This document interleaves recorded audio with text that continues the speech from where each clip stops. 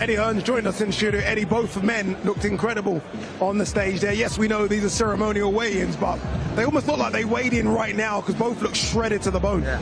Yeah, more interestingly, the scales are on, which is quite unusual. There's a bit of an incident. Do you want to tell us? Do you want to tell us, Eddie? Do you want to tell us? Basically, the board have put the scales on, but we all know they weighed in earlier today.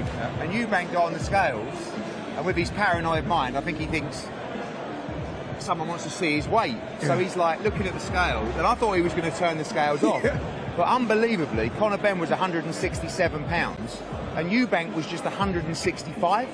Which I found fascinating. You know, I mean, I think he's tricked us all, Eddie, and he tricked me. I don't see someone that has only added a few pounds on from that weight. I know what it was like, and Tony knows he doesn't struggle like he wants us to He makes believe. the weight fine, but I think this time he's made the weight much better, because last time at the weigh-in he didn't look as healthy as he does today. I think he knows the threat of Conor Benn. I think he knows the dangers of the fight, and I think he's worked really hard in camp, and I think he's done the weight well. He miscalculated that. To just put on 5.5 pounds. I mean, every other fighter that stood up there, Echo Esserman was 163 pounds. They're fighting at 147. Jack Cattrall was 162 pounds.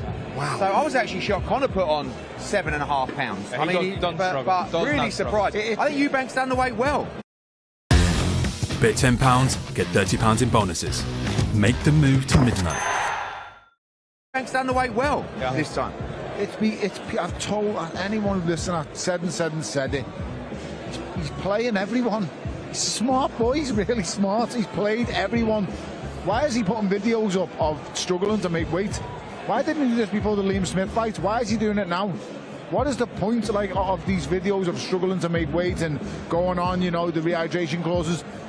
Conor Benn has gained more weight than he has. I tell you why, it's an excuse at the end of it if it doesn't go your way. Thank you. You can see by that clip there, both men remembered that first fight in training camp. Both men knew exactly what they went for, and both men prepared accordingly for what's to come tomorrow night. Who wants to go to the hard place first? That's the one you've got to ask. You can't underestimate Eubank's toughness. He's a tough kid. He always has been.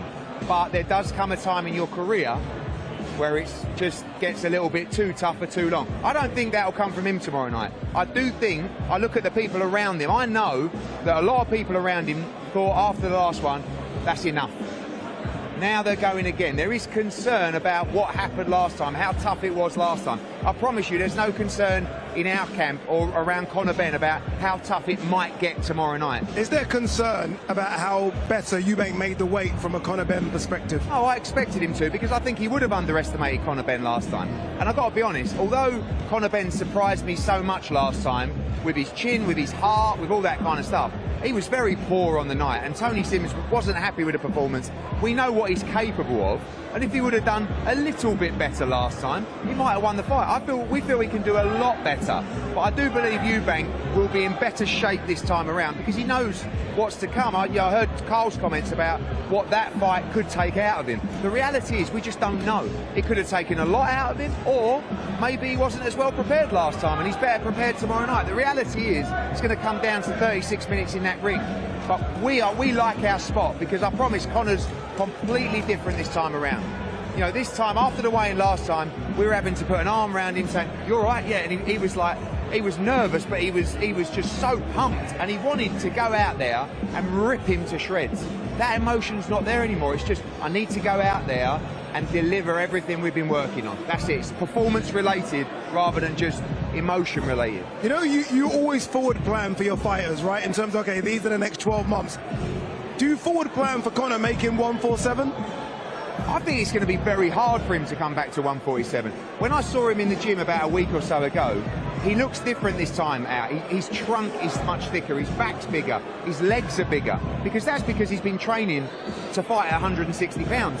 I mean, one thing you learn about nutrition is his fuel for this training camp is enabling him to train so hard.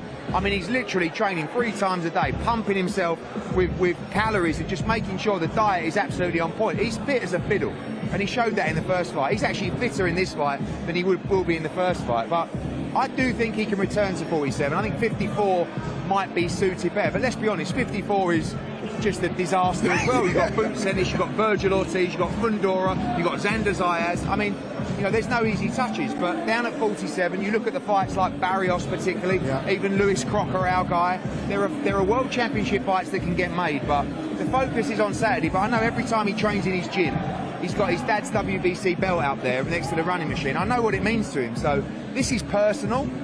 The next stage is about legacy and world championships, but let's focus on tomorrow. Indeed. Finally, just before I let you go, Eddie, I just saw on Twitter briefly Matchroom's schedule for the first quarter of 2026, and it looks scary.